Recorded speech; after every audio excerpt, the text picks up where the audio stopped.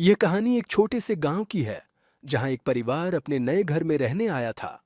घर के बारे में कई अफवाहें थीं, लेकिन परिवार ने उन्हें नजरअंदाज किया और सोचा कि यह सब बस बेबुनियाद बातें हैं।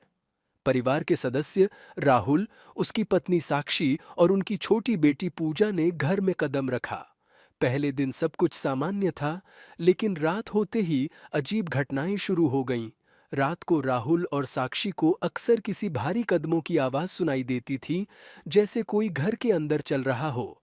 एक रात साक्षी ने देखा कि पूजा अपने कमरे में किसी से बात कर रही थी, लेकिन कमरे में कोई और नहीं था।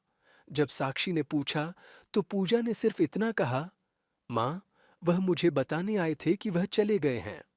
एक दिन राहुल ने महसूस किया कि उनके घर में चीजें बिना किसी कारण के हिलने लगीं।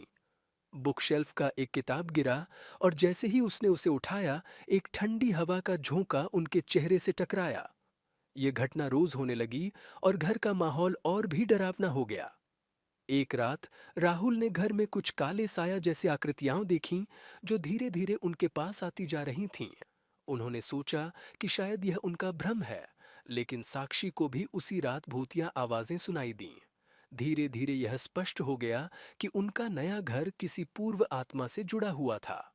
अंत में परिवार ने किसी तंत्र मंत्र विशेषज्ञ की मदद ली और घर को शुद्ध किया।